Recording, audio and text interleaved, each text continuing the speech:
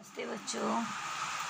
आज हम लोग दिनांक 29/7/2020 बुधवार विषय गणित संख्या का विस्तारित रूप लिखना है।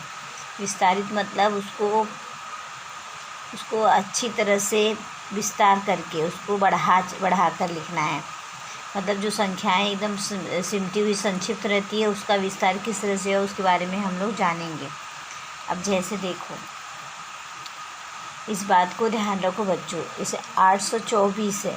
824 ये हमारी इससे जुड़ी हुई संख्या है। इसको हम लोग अलग अलग छांटना, अलग अलग विस्तार से किस तरह से उसमें क्या क्या लिखा हुआ है उसके बारे में जानकारी हासिल करेंगे। बच्चों देखो, 800 में क्या है? इकाई, दहाई, सैकड़ा। 8 सैकड़ा है, 2 दहाई है तथा 4 इकाई है। सैकड़ा का अर्थ क्या होता है बच्चों? 100। सैकड़ा का अर्थ 100। 100 में कितने शून्य होते हैं? 2 शून्य होते हैं। अतः देखो, 824, 8 में 2 शून्य लगाया क्योंकि 8 सैकड़ा है। फिर धन का चिन्ह, फिर 2 दहाई। दहाई में कितना जीरो होता है? 1 जीरो। दहाई का मतलब 10। दहाई में 1 जीरो। और धन इकाई। इकाई जो संख्या हमारी दी हुई रहती है, जैसे 1 दिया है, 1 इकाई तो 1 ही रहेगा, उसका कोई विस्तारित रूप नहीं होता है। 8 सैकड़ा का 800 होगा, 2 दहाई का 20 होगा और इकाई का 4 रहेगा। इसको ही हम विस्तारित रूप कहते हैं, मतलब विस्तार में। ये संक्षिप्त रूप में है और इस विस्तार में है। हाँ, जैसे 203 है, लिखना है हमको। कैसे लिखेंगे विस्तारित रूप में 203? जैसे 203 बराबर 200 धन 3। ये भी सही है, लेकिन उसको हम लोग विस्तार रूप में दिखाना पड़ेगा हमें। इकाई कितना है, दहाई कितना है और सैकड़ा कितना है। जैसे 203 बराबर 200 धन 0 धन 3।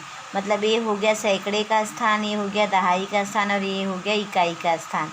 अलग अलग करते हैं उसमें। इसी तरह 80 बराबर कैसे लिखेंगे? 80 धन 0। यदि एक अंक वाली संख्या हो, कोई भी हो, एक अंक वाली, 1 हो, 2 हो, 3 हो, 4 हो, 5 हो, 6 हो, 7 हो, 8 हो, 9, एक अंक वाली तक हमारी संख्या 9 होती है। सबसे छोटी अंक संख्या होती है 1 और सबसे बड़ी संख्या होती है 9। ले तो 9 का विस्तारित रूप 9 ही रहेगा, उसमें कोई भी शून्य वगैरह करके उसको हम लोग विस्तार नहीं कर सकते। 9 इकाई है तो इकाई में शून्य नहीं लगता है। दहाई में 1 शून्य और सैकड़े में 2 शून्य, हजार में 3 शून्य। इस तरह एक एक शून्य बढ़ते जाता है। जैसे जैसे संख्या हमारी बढ़ती जाती है, शून्य भी बढ़ते जाता है। अब बच्चों यहाँ पे देखो, यहाँ पे हमने निम्नलिखित संख्याओं के विस्तारित रूप लिखने के लिए दिए हुए हैं। अब जैसे मैं तुमको उसमें बताई उसी तरह तुमको एक पूरा सवाल हल करना है। हल करके मुझे एक फ़ोटो इसका भेजना है।